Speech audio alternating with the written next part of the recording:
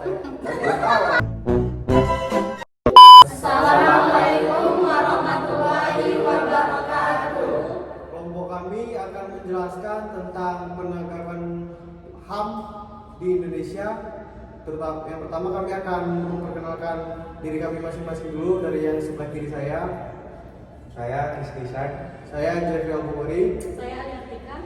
Saya Destri Dialoka. Saya Arini Dewi Tari. Saya Naimatul Akmil Daulay. Saya Muhammad Ihsan. Saya Taufik Hidayat. Saya Sam. Langsung saja kami akan menjelaskan tentang materi yang akan kami sampaikan hari ini. Take me back to the ground, 'cause girl, you look fine as hell. I'm not easily distracted. Yang pertama kami akan membahas tentang sejarah perkembangan hak asasi manusia.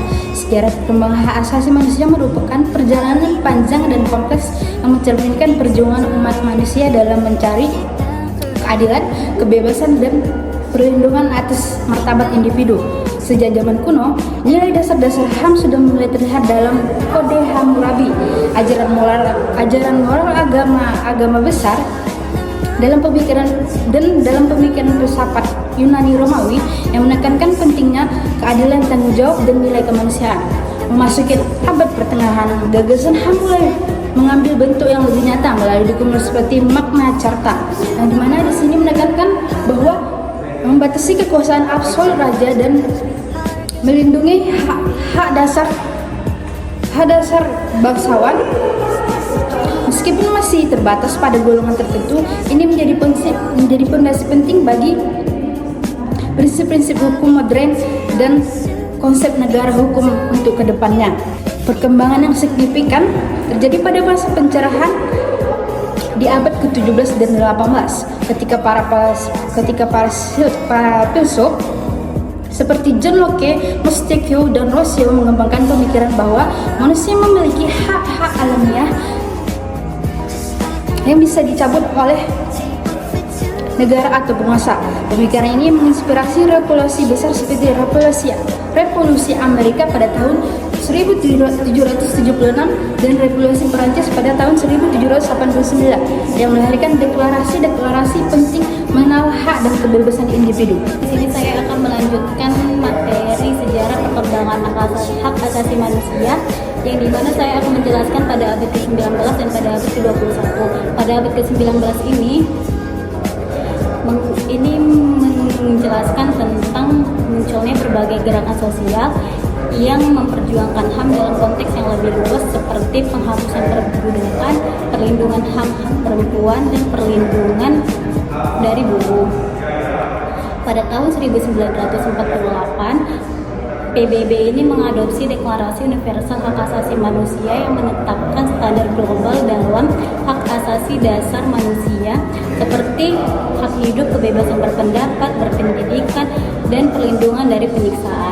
Di abad ke-21 ini, perkembangan HAM terus berlanjut menyesuaikan dengan tantangan zaman modern seperti hak digital dan privasi di era teknologi, perubahan iklim dan hak atas lingkungan hidup yang sehat, serta perlindungan terhadap kelompok rentan seperti pengungsi dan komunitas menjadi perhatian global. HAM atau hak asasi manusia sangat diakui, dijamin, dan dilindungi oleh negara melalui peraturan hukum seperti Undang-Undang Dasar 1945, Undang-Undang Dasar, dan lembaga khusus yang menangani isu HAM. Sejak masa reformasi 1998, komitmen di Indonesia terhadap HAM semakin diperkuat.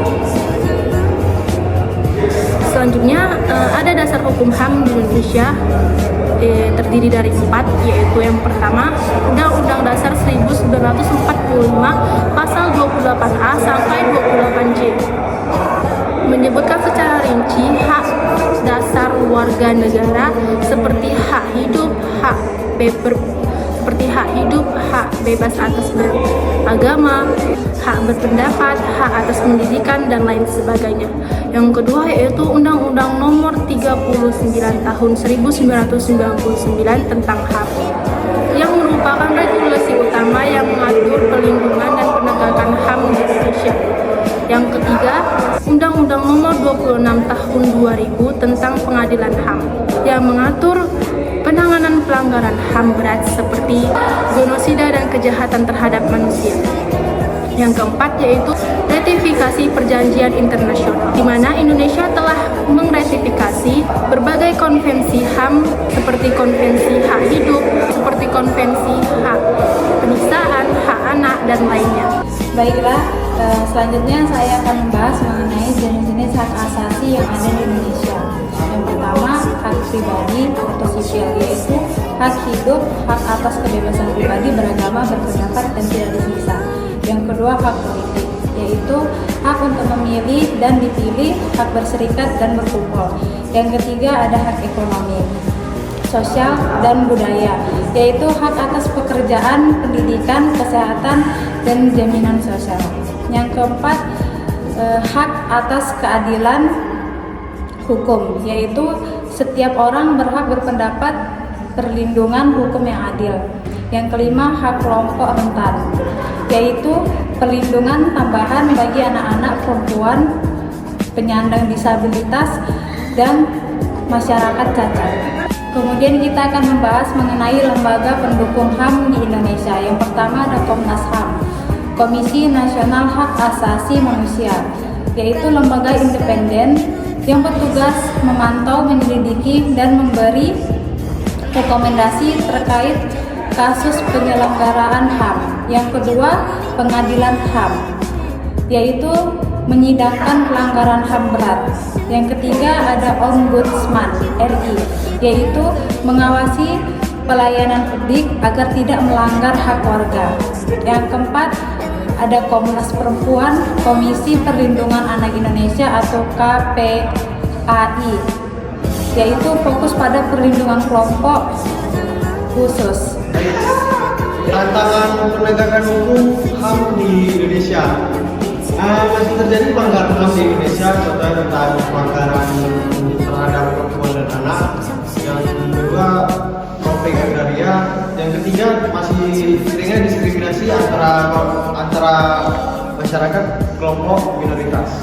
Dan yang kedua, lamanya penegakan hukum dan penyelesaian kasus HAM masa lalu kayak kasus seperti di tahun 1965 dan pelanggaran HAM berat di Papua dan Timor Leste.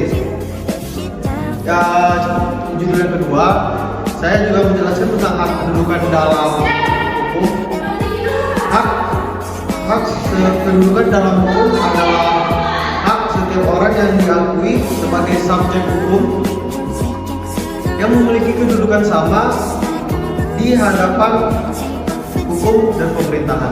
Artinya tidak ada diskriminasi dalam melakukan hukum terhadap siapapun, baik berdasarkan ras, agama, jenis kelamin, status sosial maupun latar belakang lainnya.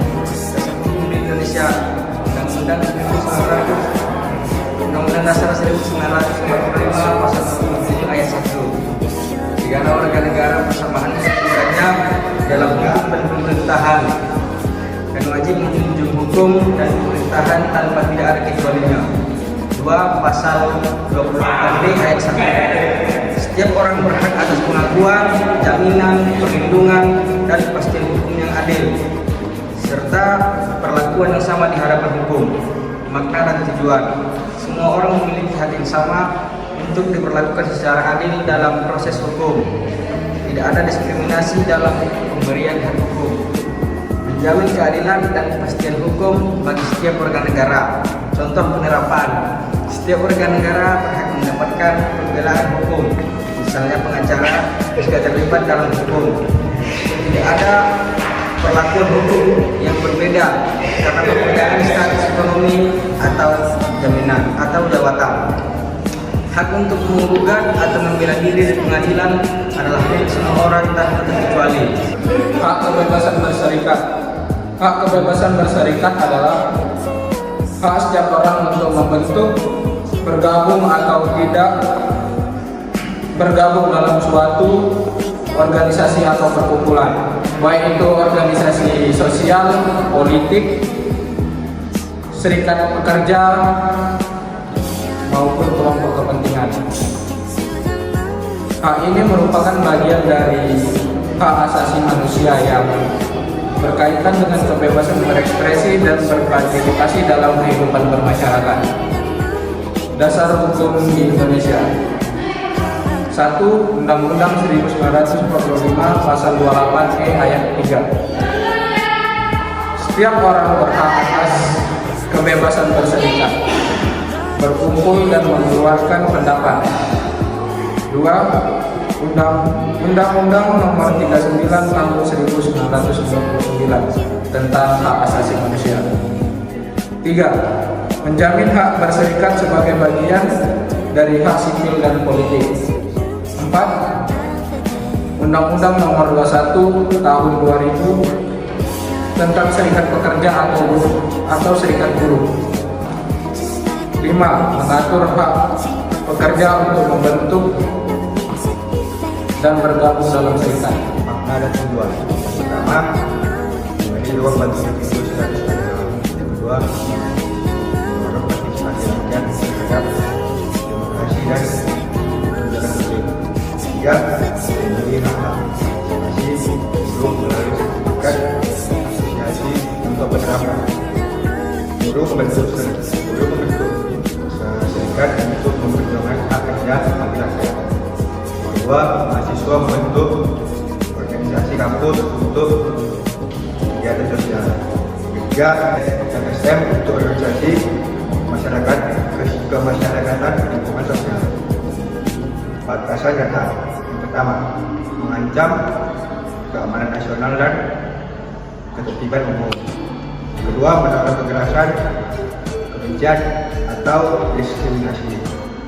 Kesimpulannya, HAM atau hak asasi manusia adalah seperangkat hak dasar yang melekat pada setiap individu yang secara berlaku universal tanpa memandang suku, agama, ras, dan jenis kelamin. Di Indonesia, HAM dijamin oleh konstitusi dan berbagai undang-undang, serta ditegakkan oleh lembaga-lembaga khusus seperti Komnas HAM. Salah satu bentuk nyata dari HAM adalah hak atas kedudukan yang sama di hadapan, yaitu bahwa setiap warga negara memiliki hak dan kewajiban untuk perlakuan yang adil dan tanpa diskriminasi. Hak dan kebebasan berserikat juga merupakan bagian penting dari HAM. Tentu setiap orang untuk membentuk, bergabung, dan berpartisipasi